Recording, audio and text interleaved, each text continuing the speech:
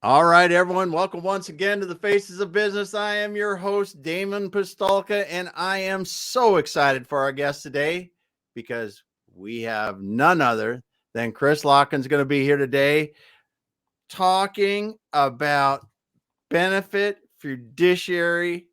That's a word that liability for business owners. So benefit fiduciary liability for businesses. It's a mouthful, but today we're lucky because Chris is going to help us understand this better. Thanks for being here today, man. It is a big word, isn't it? Right? Yeah. It's even hard to spell, right? Yes. So, and that's why nobody pays attention to it. Yeah. Yeah. Well, Chris, you now for people that don't know you, Chris, you're currently the VP of Employee Benefits at Christensen Group Insurance there in Minneapolis, St. Paul. You're helping people all over in the Minnesota, Wisconsin, wherever they need this kind of stuff. But it's always cool. I mean, you're a special guy because I don't know anyone that understands the benefit space like you do. So let's just give people a little idea of your background and really how you got into benefits, what's interesting about it to you, and why you do what you do. Well, I never thought I'd be in the insurance business at this point in time in my life, as is how most people get to the insurance business. The good news is I decided that I liked it in college, right? Wow. I found a need. I worked in an individual life and disability business. That's called earning your keep and cutting your teeth and earning your stripes and all that kind of stuff. Yeah. Um, and really realizing that people don't really like to admit some of the things that are going on.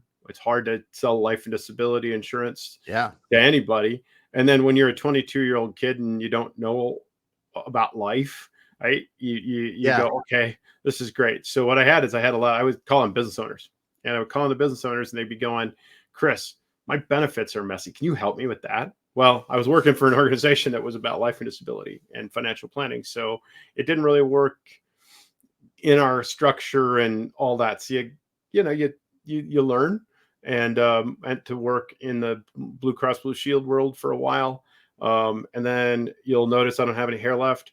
So that started early. Me running into walls, frustrated because my mind worked a little bit better than the four walls of an insurance company. Mm-hmm. So for the last that I went out into independent consulting in 2003. That means I've been doing this for 20 years. The good news is Yeah. I'm not even 50 yet. So I'm happy about that. Although I only have a couple more months to get away with that. But what I've realized we have a lot of good people working for our companies, Yeah. and trying to keep them from losing their house or having to, go get third jobs because of things that they didn't expect to happen. That's why we have benefits. It's amazing how when you look at the cycles of the economy and when it was important and what it cost was more important, or benefits and all that, how we've gone. But it's amazing how I would say we've been on a very consistent path where it's extremely important for recruitment and retention.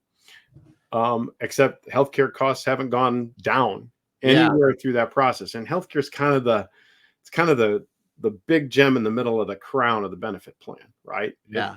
We can argue about that and how we got there, but we're not going to do that today. But ultimately, that's been the one that's challenging, and a lot of the other things get forgotten. And then the Mm-hmm. other thing is we're always in this never-ending agita, if you will, of renewals and pricing and what's going to Yeah. happen. Susie in accounting, this just happened. What are we going to do? Right. People actually think like that. So our job is to build. What I found over time is let's get thinking a little bit longer term. Right. I just got done reading Simon Sinek's The Infinite Game. Right. Yeah. And in that book, it talks about let's focus on a little bit further beyond that short term, and different ways companies did that to be successful. And that's kind of the approach I've taken over time, right? Let's Mm-hmm. come up with a plan, let's build a process, let's do some things, because a lot of times when I started in this business, a lot of people are still doing it that way, right? Here's a policy. Hey, they save you money this year. Hey, you want to go golfing? Right?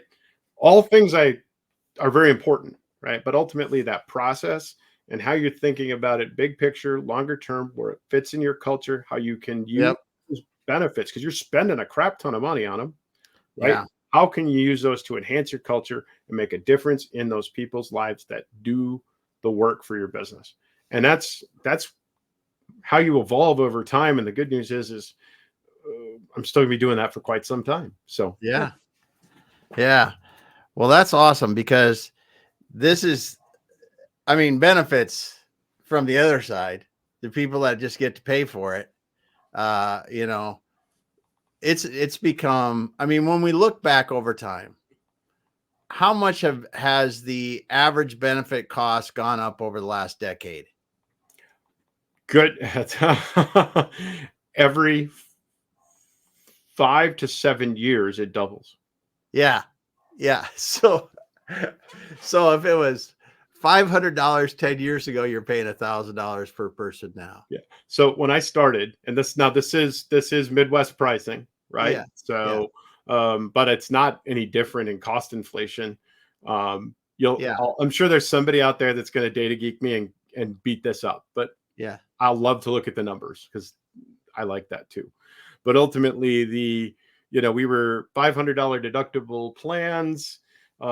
Single rate was 250. It got to 300. People got a little edgy, Yeah. right? Well, now I'm looking at a lot of data on plans where the single rate's almost $1,000, right? And my Wow. deductible is $3,000 or $4,000, Yeah. right? So there's two, and now what it's become is it's not like, oh, great, I got insurance because of $500 deductible. We had some copays in there. We did some things. You didn't have a ton of out of pocket cost on the benefit. Yeah. Now, not only have we've kind of done both. We've raised that cost to the employee on the front end, and we've raised that cost to the employee on the back end. And the sad part about it is if you look at the financial statistics, some of this is pre-inflationary pressures, right? Sorry, we're getting a little economics on this, but before the inflationary pressures, people's savings rates and the amount of cash that they had on their personal side of the ledger wasn't enough to cover that three, Yeah. four, $5,000 deductible. Yeah. So what are they doing? Their medical debt. I mean, our medical debt numbers are kind of off the charts. There's 1,000 studies on medical debt, so citing one of them is citing one of them. But ultimately, what we've done is now, well, what is the value of my benefit? And we're actually kind of seeing a pivot and a reverse back because as we're managing this, we're finding that people are functionally uninsured and they are they're not taking care of themselves, right? And when a medication is $1,200 a month and you have $400 in your savings account, guess what? Right? Mhm. What are you going to do? So that's kind of, we've created this scarcity mentality Yeah. and this kind of the house is burning all the time. It is. But ultimately, there's ways to kind of begin to start thinking about that. That's kind of where we're spending a lot of our time getting out on that front leading edge when the employer is ready for it. The problem is I see a lot of them running to it and it doesn't work well because they haven't gone through the process and said, how are we going to fit this into our culture? How are we going to make this happen? Because you need to determine that design that's going to work best for your culture and what you're comfortable with, because it's a Yeah. lot easier for you to bring that in. That's a much different role, I will say, than probably how I looked at it 10 years ago, right? I would just say, hey, let's do something really cool and save a bunch of money, right? Yeah. I was pretty good at that, by the way. But now it's like, how do we fit this into culture? How do you make this part of your rewards? Because there's not 5 more people sitting. Like, you talk to our good friend Matt Goosey, he can't get enough machinists, right? Yeah. And if we talk to any machine shop in the country, they can't get enough machinists, right? Yes. So it's there's not that kind of bench strength out there in the economy right now from an employment perspective to say, well, if you don't like it, here's another option for you, So Mhm. Yeah. Yep. It is an interesting, both from what you said, how much the healthcare costs have gone up for a plan, how much the people that are using that healthcare have to pay now a maximum out of pocket and all the other things, deductibles and all the things you got to do in a year now, and how that's affected that. So as in addition, we're not getting into the benefits of fiduciary liability yet, but I do want to talk about this a little bit, because you deal primarily in the private insurance or privately insured companies. Explain that a little bit, just so people understand it. There's lots of different ways to run an employee health plan, right? I do some work in the governmental space. I'm a real big aficionado of school districts in Wisconsin, because that's where I grew up. That's where my mom and dad were. That's my hometown was at that time was 3,800 people. It's now under 3,000. Talk about rural economy. That's a different. That could be a whole other discussion. But so I do work in there because that's a passion project for me. Because those people are the heart and soul of those little towns, just like the one big employer at the edge of town is as well, right? And but so we work a little bit in that. I don't work with union plans a whole lot. We don't work trying to do things for the state governments. We don't try to do things for a lot of those other entities. But ultimately, where I'm really focused is primarily in the private sector, 75 to 60% of my time, somewhere in there, which means you're going out and you're doing something. You can go as simple now. We have benefits where you can say, hey, I'm going to access the individual market. And in some states, that's really taking hold, where I'm just, I wouldn't say my benefit is that I'm going to give you a sum of money. You can use it in a marketplace. You can go buy an individual policy. The hard part about that is most people are, from a financial wellness perspective, don't quite understand that all that well, right? So there's a lot that has to happen for that to work, but that's where we start, right? You can do that. You can go and purchase a fully insured plan from your local, health maintenance organization or HMO, your local, there's state plans. There's like insurance companies that are limited to certain geographies. And then you've got your big name brands, the ones that everybody knows, your United Healthcares, your Aetnas, your Cignas, your Blue Cross plans. So, you can do anything that really you're saying, okay, I'm just going to let somebody else handle it. And then where I've spent a great deal of my time, whether it's in the public or the private sector, to be fair, is actually more in what I'll call alternative funding, right? Where we're actually saying, boy, we think there's extra stuff financially that we could do more efficiently and more effectively. I always go back to the lean flow process that you use in a shop, right? Or any type of manufacturing process. And by the way, I'm not an expert in that. We were joking about Peter Drucker before we got on here, right? I forgot about Peter Drucker in my capstone class. All right. But I know lean manufacturing because I sat in the conference rooms and I've looked at those charts and I'm fascinated by them. I know nothing about lean manufacturing. I just go, that's pretty cool. Right. But ultimately, if we could lean manufacture your health plan, right, and we could increase the value of what you're giving people, we could do it more efficiently, more effectively, use technology a little bit better, because those big insurance companies, they're like a cruise ship. They don't turn very quickly.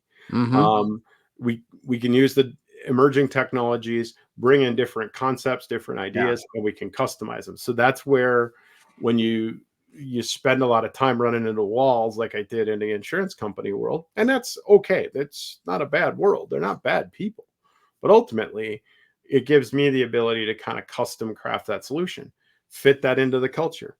There are companies that'll come and say, I like this solution and I like staying here. I have no problem with that, as long as we understand that there's stuff on the other side. But if this fits where you're at today, we're comfortable with that. It's just a matter of getting it right, because everybody's a snowflake, right? Everybody's a different puzzle for us. And the key is a lot of times people don't spend the time. They get caught in a trap. Oh, it's October 15th and we haven't figured out health insurance yet. And there's big companies that's where they start thinking about the process, right? It's really building a overall year-round process. So we're talking about Again, I do a lot of sports officiating. I'm way too involved in sports, and I use way too many sports analogies. But I will tell you, it's that concept of moving without the ball, right? Yeah. Let's move without the ball. We don't have to spend 12, 15 hours a week on it, but let's spend a couple hours making sure we're doing this and then getting people educated so that when we comes time to when the ball now is in the air and we're playing the game, we Yeah. can then move you in the right direction and we can make a lot better business decisions, because a lot of times it's done kind of the opposite way. It's like, oh crap, our renewal's in 90 days. Oh crap, Yeah. it's a 25% increase. Yeah. You better go out and fix it, Chris. Okay, I can work like that, but it puts a lot of stress on me. It puts a lot of stress on our team. So it's ultimately we can get way out ahead of that, right? With Mhm. data, technology, AI, predictive modeling, things that the old guys are learning, right? Right, Yeah. Damon? Yeah. So it's just, we can get there, right? And then Yeah. figure out, and never let, well, that's just the way we've always done it, be the answer, right? So Yeah. So as you're doing this, what have you learned from helping people put these plans together that you go, wow, this is pretty big. This is pretty big. What are some of the big things you've seen people do with their healthcare plans that you go, this is cool? well, I'll give you a couple of ideas, right? If you sit in, um, let's just say you're sitting close to where I'm sitting, all right? Mhm. And I can tell you that you can have any doctor you want, okay? And you can have any doctor you want. And by the way, That's a big deal right there. that's good, right? But if I tell you that I can give you a doctor that worked on a professional sports team and you have to drive an hour, he worked on, now I live closer to Minnesota, so I got to be careful about Viking jokes here, right? But It's it's hard. not, it's hard. It's hard. I got a whole new family that most of them are Viking fans. I got to be a little bit better now, right? With my Okay. Christensen Group move, and yeah.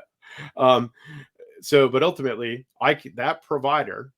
And by the way, I just talked to a new client the other day that he actually went to that provider, and his son went to the provider, and he had an MCL repair, and his son had an ACL repair. At Mhm. this particular facility, they didn't have the same doctor. They have an MCL guy and they have an ACL guy. Okay. So or I can offer you the guy down the road here who, he did a shoulder this morning. He did an elbow later in the afternoon, and now he's going to finish up on your knee. Right. So, and the interesting thing about that is if I say, okay, well, Damon, you're going to have to pay a couple $1,000s to do the convenient thing by your house. But if you go to the guys who work on sports teams who are specialists in your condition, I'm going to waive your deductible. Right. Yeah. That's some of the stuff we're doing. Right. The funny thing is the overall net cost on that, when we're looking at the claims data and the things that happen, you're seeing a variance there of somewhere in the area 150, 200% sometimes, depending upon the contract and the relationships that you have. Right. Yeah. So that's one of them. The other thing is a lot of employers, it's starting to happen a lot more. And it's working so well that some of the manufacturers are trying to keep it from happening. The cost of some of our specialty medications, they're Yeah. fantastic, right? I've always believed that maybe it's expensive, but if I can keep somebody out of the ER 5 times in a year, I don't know how much, I don't know. The cost of that is expensive too. Plus the Yeah. fact Yeah. that we're disrupting them. Yeah. I was in the ER last night. With my spouse. Am I really coming when I'm walking into my job and running the CNC machine? Am I really at work that day? Right. I'm in a white collar world, right? You can be at work and not be at work, right? Yeah. We all have had those days, right? So, but ultimately in that space, am I really getting the best out of my people? And am I setting myself up for other things, errors, injuries, Yeah. all that other kind of stuff that happen on a shop floor in a manufacturing facility? how does that play out? So I always believe there's a trade there, but I will tell you, when it's $250,000 for, one medication a Yes. year, we Yeah. have to do that. So what we're doing is there's ways to use different types of models as far as whether we're sourcing it or how we're paying for it, and different things that the pharmacy companies have put money into. Yes, you see some of them on TV when they talk about the drugs that they're selling you, but ultimately, there's some even deeper programs that we can leverage, and then basically try to get. So if somebody has a $5,000 deductible, they're going to pay the full cost of that medication till they meet it. We're able to bring it to them for zero cost, right? Yeah. Or a very small cost. And then we're also saving the plan money using some of the other avenues that we have. I will tell you, it's not a perfect solution, because we're dealing with a healthcare and a pharmaceutical distribution, procurement, development system that has a lot of mess and cost and waste in the thing. And so it's not a perfect solution. It's probably not a forever solution, but at least it's a start, right? Yeah. So we can start putting those things in. And I will tell you, the people that we've been able to hand medications to that were, crying when I do the enrollment meeting, Yeah. because they were just had another $5,000 deductible and they're on Enbrel or something like that. Yeah. Well, you know what? I said, hey, we're gonna figure out a way for you to not have to pay for any of that. And they go, whoa, what did you just do for your employees? Right? When that Yeah. happens, Yeah. what's that $5,000 mean in their household? Right? What does that mean for their kids? What does that mean for their It's huge. families? And by It's the way, huge. you do that for people's families. It's amazing how they're now all of a sudden they come in, they put a little bit extra in, Yeah. and it fits into that culture. So that's kind of the things we're trying to, that's just a couple ideas, right? Yeah. It's get you the better opportunity to get better faster, and maybe Yeah. have you spend less money, right? So Yeah. Well, you make a great point, and I hadn't thought about it like this before. It's is that, if I've got an employee who's got a family member that we really can't just say we just can't plain old afford the medicine they need, that means I'm probably going to be in that emergency room or in that hospital a lot more with that person, because we can't. So we get that. How much of a difference if we get that medicine for a reasonable price that we can live with? Then we turn around and they're in better health. I'm going to be able to come to work and be a lot more productive. absolutely, right? And yeah, because it's that's why we have the benefits, right? Yeah. If we wanted to as a system, since World War II, if we wanted to get rid of this, we would have got rid of this a long time ago, Yeah. right?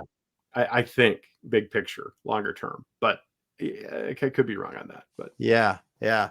Well, that's good stuff. Well, today we want to talk a little bit about fiduciary, benefit fiduciary liability. It starts with ERISA and because business owners don't realize, just by having benefits, because they have to have them, right? Have to have them because they want to do the right thing, because they need to be competitive, and they, sometimes it's mandated, but they don't often understand all the risk and liability that comes with that. So yep. let's talk about that a little bit. Okay. Sounds good.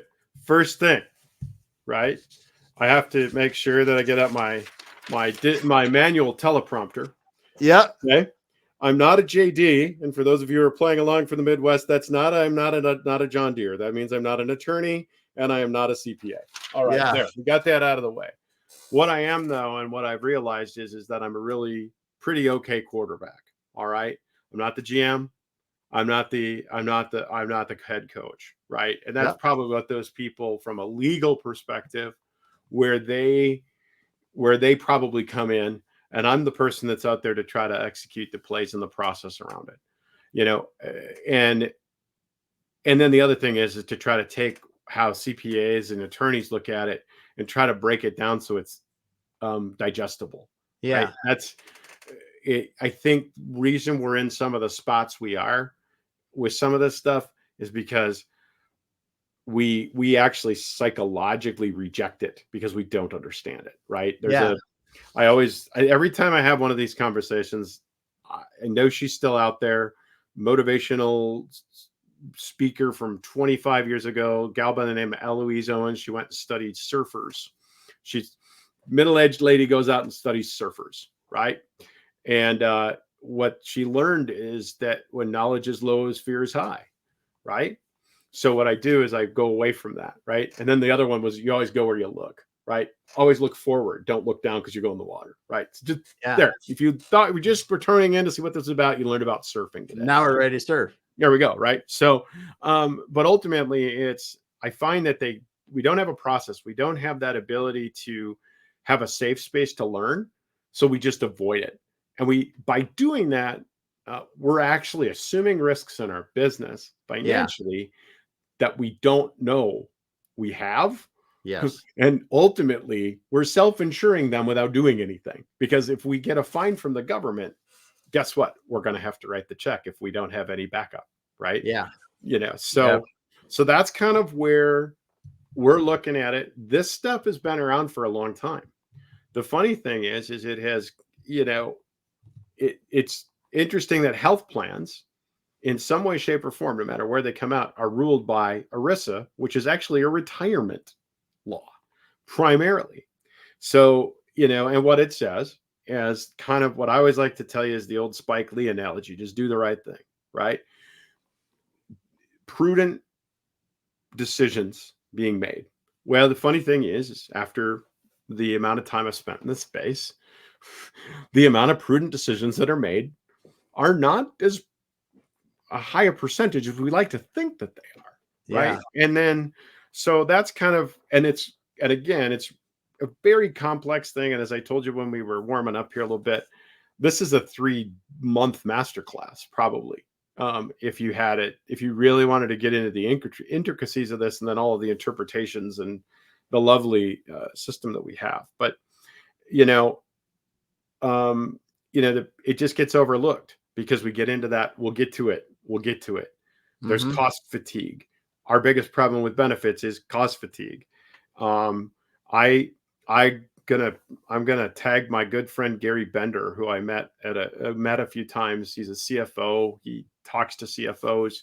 He spoke at a meeting I was at in August last year, and he says, we don't understand it. We understand every other item on our P&L, on our balance sheet, on all of the financials. When we go into the board meeting, we understand every other one of those numbers. We still don't understand the health benefit number. We don't. Now Gary does, but but his brethren don't. Right? Oh yes. And if we're a CFO and we can't explain it, there's does not compute, right? And ultimately, what happens is then it's really funny. Then he goes, no, we just blame it on HR. So it's hopefully I did Gary justice by that. But ultimately, what's happened now? Why is this becoming? It's out there. Those risks haven't changed. Especially if you were in a self-funded health plan, especially as you were out there, those risks haven't changed. When the 401k, there were a lot of lawsuits by employees to their employers on 401ks. It changed how we structured those plans. Not a 401k expert either, not a JD, not a CPA, not a 401k expert. But ultimately, the trail fees, there were companies getting sued for 0.5% of a trail fee on a mutual fund. And how that was violating that prudent status, right? Well, when I looked at that and I looked at what happens in health benefits, and thanks to I'll reach out to him because I think he's retired, first of all, but he taught me a lot of these things. A gentleman by the name of Frank Panaccio, who taught me about this stuff. And I'm like, wow, this is amazingly interesting, because how many things get screwed up in a health plan in a week? Yeah. Right? How many times, how many 20 calls of a book of business of clients, right, that we have, 20, 30 calls a week or something didn't go right, right? How many times? That's way different than 0.5 point on a mutual fund. So it was out there, right? And it hasn't been touched. But now with there were 2 lawsuits that were there, and there's a third coming with Blue Cross Blue Shield of Minnesota. And that's actually a government lawsuit. Department of Labor is after the Blue Cross Blue Shield of Minnesota. And then there's the one that's kind of been the dominant one, which is a Johnson & Johnson lawsuit about drug prices. And I want to talk irony of all ironies, right? Yeah. Is a pharmaceutical manufacturer and a drug company is their health plan, their employees are suing them because of drug Wow. pricing in their health plan. So that's now, whoa, we're kind of, as I've told people around this, I'm glad I started studying this, 10 years ago, because we would always talk about it. We put measures into place to address it, but we used to say it's not that big of a threat. Well, if you do these things right, and I will tell you, we read contracts, we read a lot of contracts, but there is a contract or two that's probably has not been reviewed at the level it needs to be. So everybody in our world is going to have to take this game up to be able to get out ahead of this, to avoid litigation and avoid government spending time, because nobody wants any of that in their business. Plus, the people you're working with, they're looking to grow. Yep. And whether they're in, you're so great about it, it is exit your way. It's not about exit your way to sell it or whatever. It's to give you the option, as many options and choices as you possibly can to exit your business. Well, guess what? Government fines and litigation really screw that process up, don't they, Damon? Yeah, it pretty much stops it. Yeah. So that's kind of the big why, right? So, and why we're talking about this now. We think people need to learn more about it. I will tell you, it's still a moving target. There's a lot of people trying to figure out what this means, but there's another lawsuit that came out against another insurance company that's acting as a third-party administrator. And, Mayo Clinic has some issues with their employees. So that's interesting. So let me summarize it into my mind so I can understand it. You get to live in this world. I don't. And I'm gonna get it simplified down to Damon terms. So I've got a company. I think that I've selected a healthcare plan. Could be we customize this thing, whatever we did. We got a healthcare plan now. And I am responsible for the decisions that healthcare company is making in regards to some of the plan details. Is that what we're saying? Yeah. What I would say is you're signing a contract.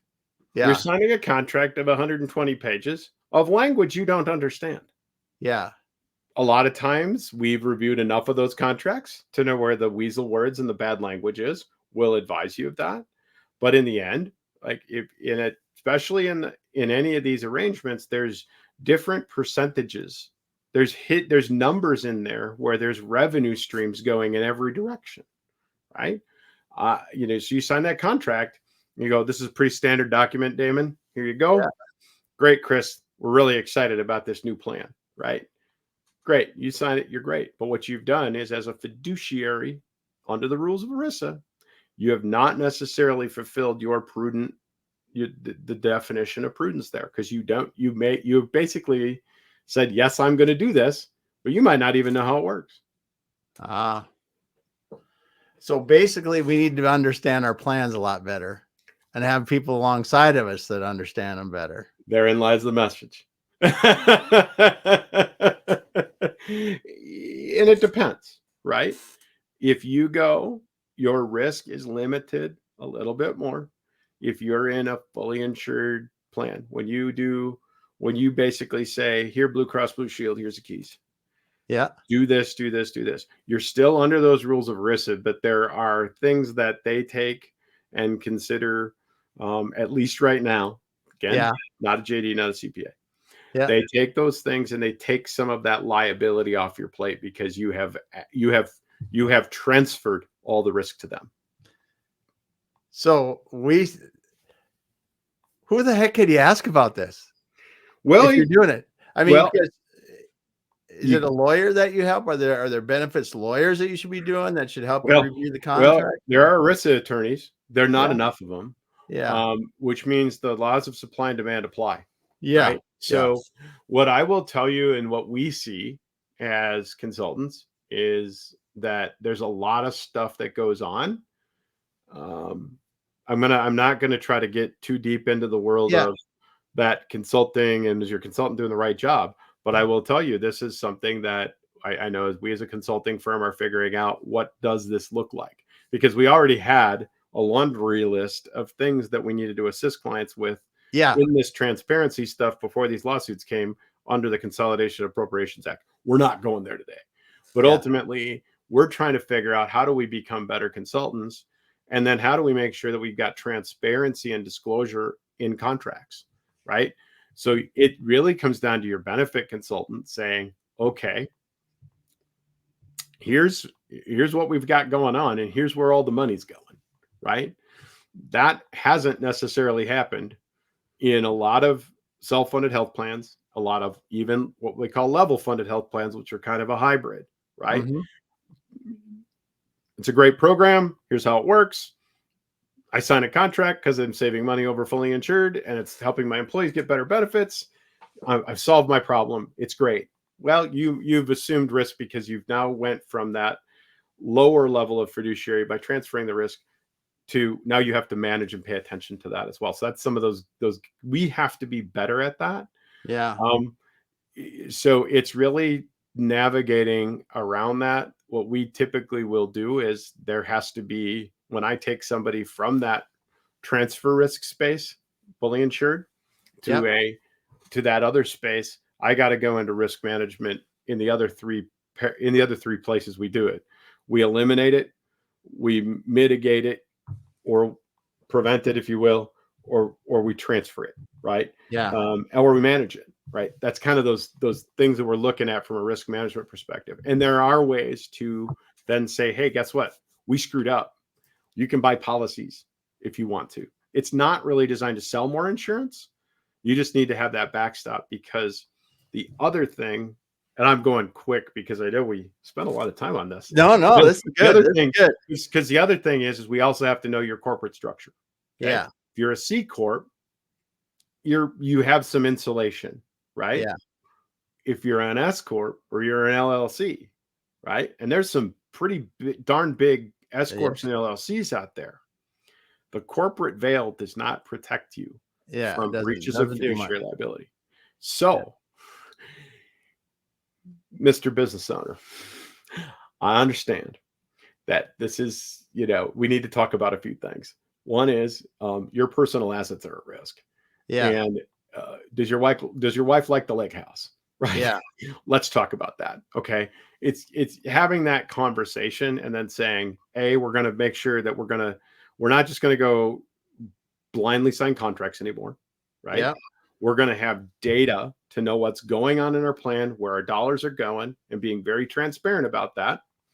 We're going to then look at it and then make sure that if we need to make changes, we're going to make changes, because things do change and things move on the fly. And then at the end of the day, we're probably going to put some form of fiduciary liability policy on the back end.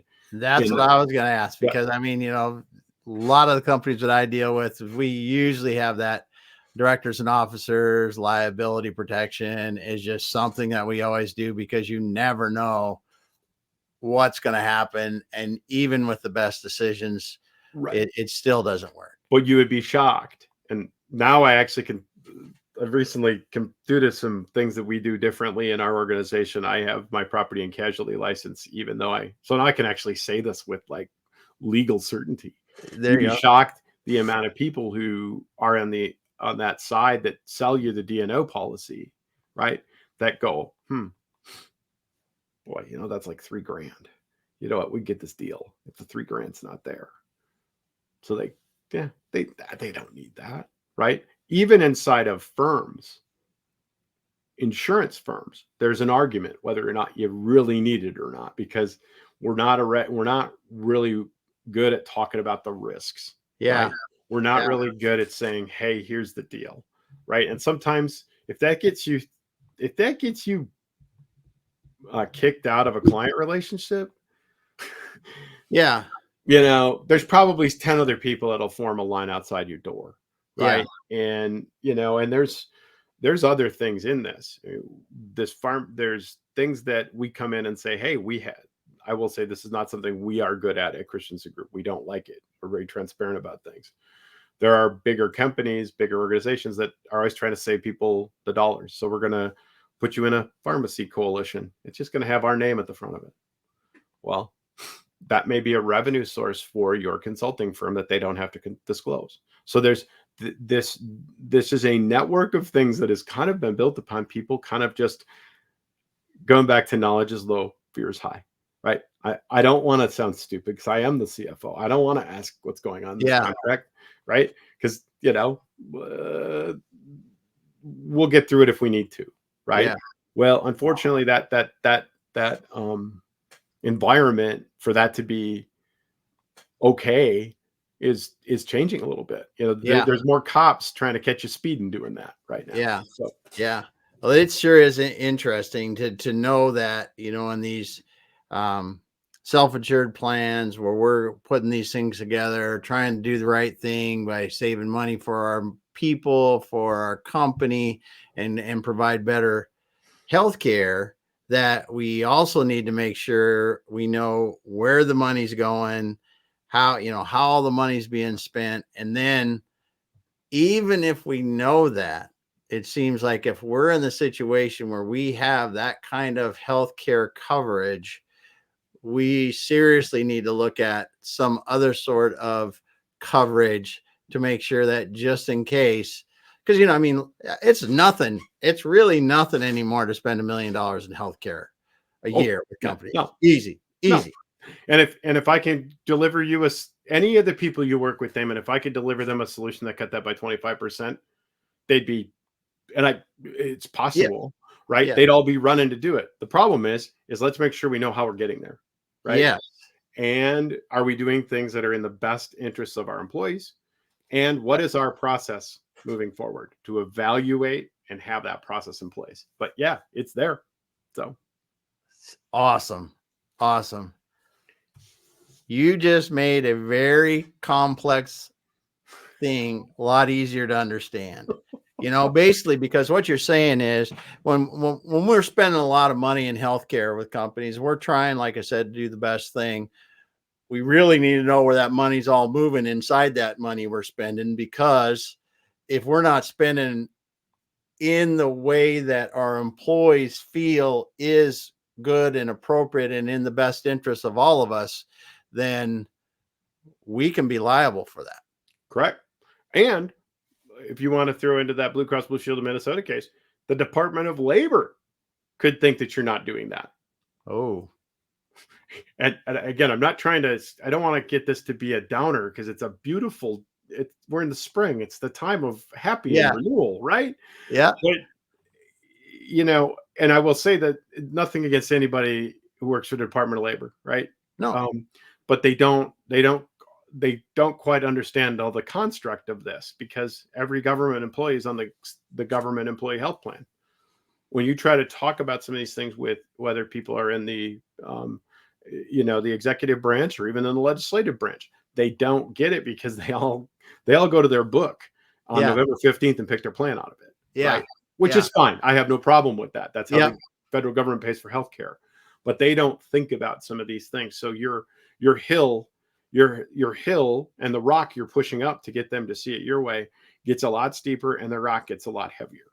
Right. So that one, again, I'm not trying to scare people. No. But that is something that's out there. And it's like anything, how many, you go back 10, 15, 20 years in business, how many regulations are here now that weren't then, that are regulations that if you don't follow, you can be out of business. Yeah. I mean, this is just another one of them that's sneaking to the forefront of what we can do as our businesses get bigger. And as I've talked with different experts on this, I won't quote them all, but thank you to all those people.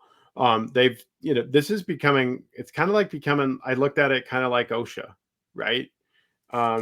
If you run a really clean shop and OSHA comes in and you got a couple of things, and they said they were going to be there 2.5 days and they leave after lunch the first day. Okay. That's your goal. Yeah. Right? Whether that's, and by the way, if that's OSHA, that's a private attorney looking to get get a class action lawsuit, whatever the heck that might be, anything that's going to disrupt your day from doing what the heck you really want to do as a business owner, right?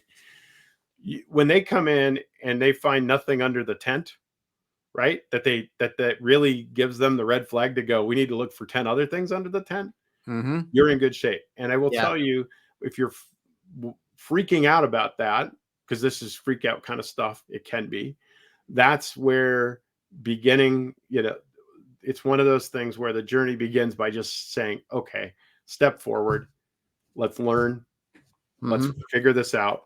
And, that starts with data, then starts with contracts.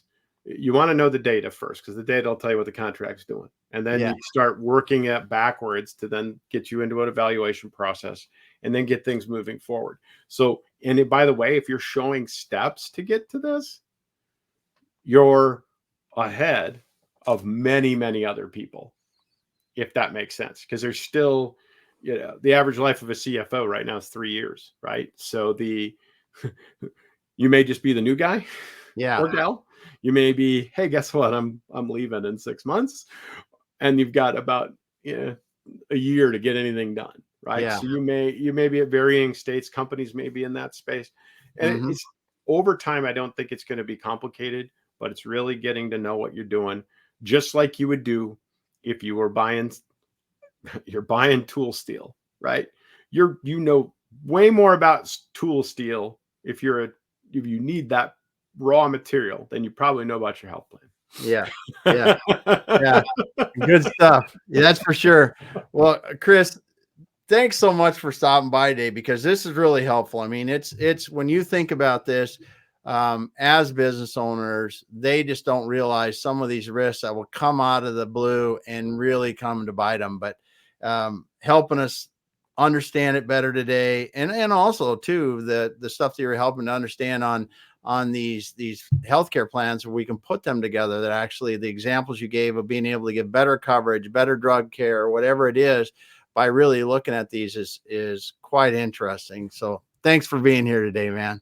Oh, thanks for having me. It's always fun. So yeah. Well, if you were listening to this and you got in late, go back to the beginning and listen to this, because Chris was talking about a lot of interesting things that can really help you put together better healthcare plans for your companies. And then, of course, as we were in the end here, talking about the benefit fiduciary liability that business owners have that they may not even know they have. So thanks everyone for being here today. I want to say, Julian, thanks for stopping by and dropping a comment in here today. But I want to thank all the other listeners that come and listen to us every week. Thank you so much. We'll be back again later. Chris, thanks for being here today.